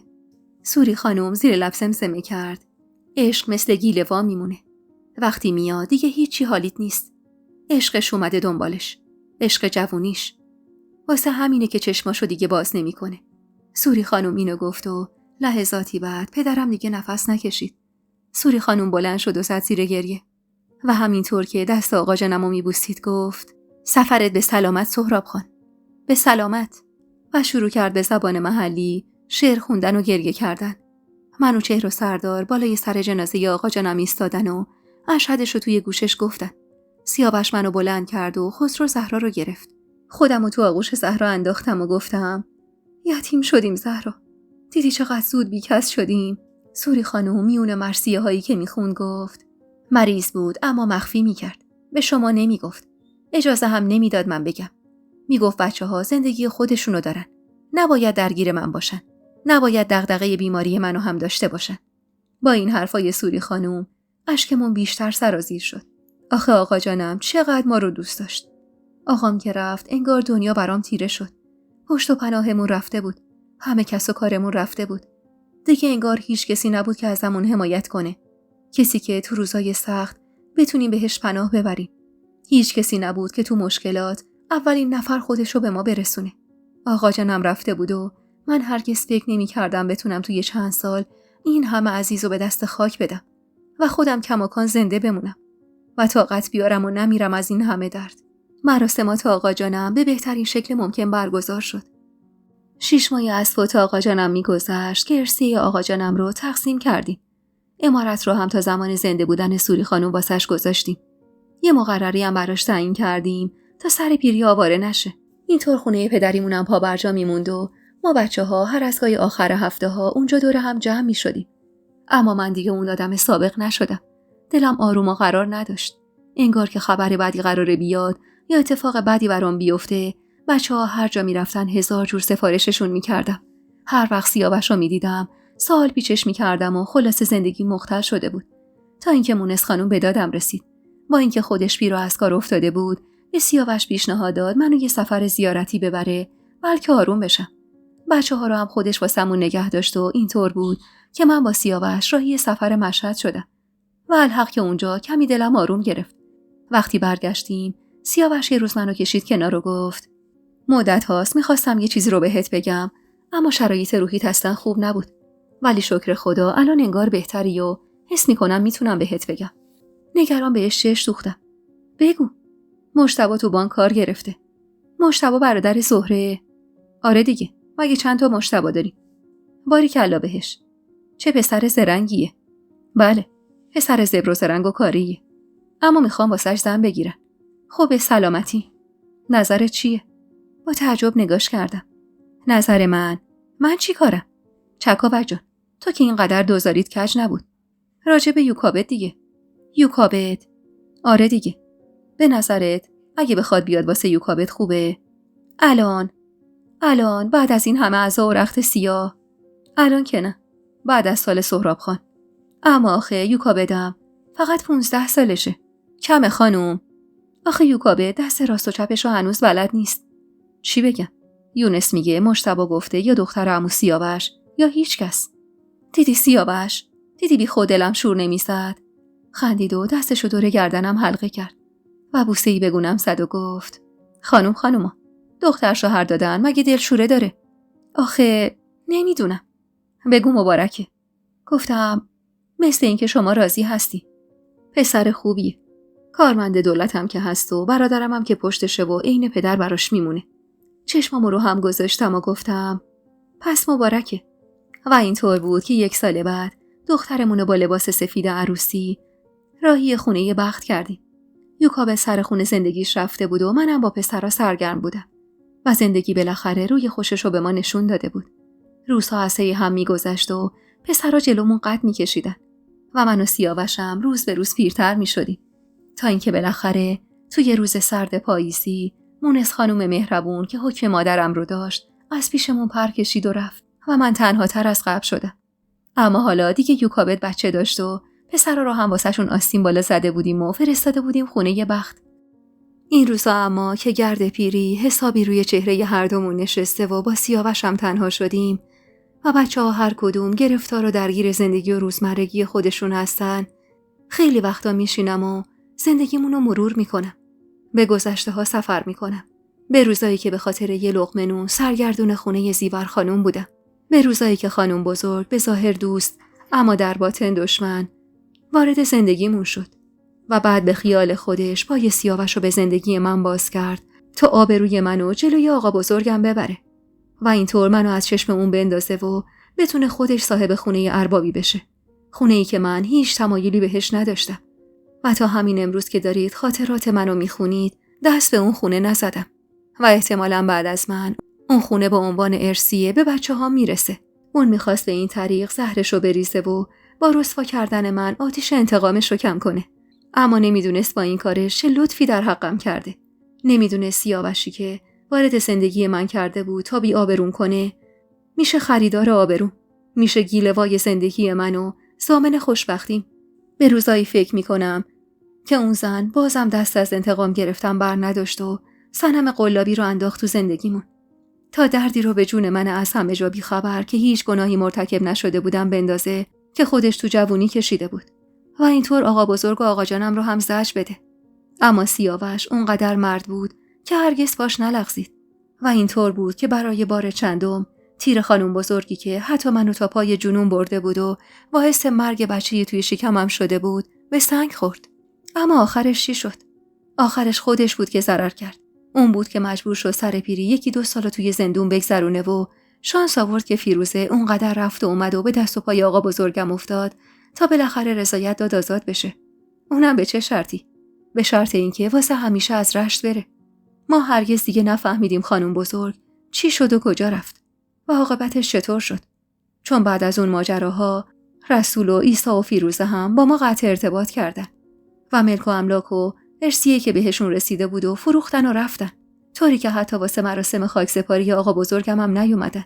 اما در کنار تمام این پستی و بلندیایی که تو زندگی گذروندیم، من خدا رو شکر میکنم که تو روزای تلخ و سختی که من و سیاوش به جبر زمونه و گناه دیگرون و خامی و جوونیمون از هم دور افتاده بودیم، آدمایی مثل آقا جانم و آقا بزرگم رو تو زندگیم داشتم که با راهنماییاشون کمک کردن من درست‌ترین تصمیم زندگیمو که بخشیدن سیاوش و برگشتن سر خونه زندگیمون بود رو بگیرم. تو فکر و خیالاتم غرقم که یهو صدای سیاوش که از تو سالن صدا میکنه منو به خودم میاره. دستی به صورتم کشیدم و دیدم خیس اشکه، مثل تمام بارایی که به گذشته فکر میکردم و همین اتفاق برام میافتاد. تون اشکامو پس زدم و آروم پا شدم و رفتم سالن. نگاهش که افتاد روی صورتم مثل همون روزای اولی که عشق تو وجودمون جوونه زده بود با مهربونی نگام کرد.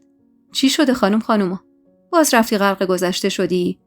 چشمامو آروم روی هم گذاشتم و دوباره باز کردم و رفتم پیشش نشستم.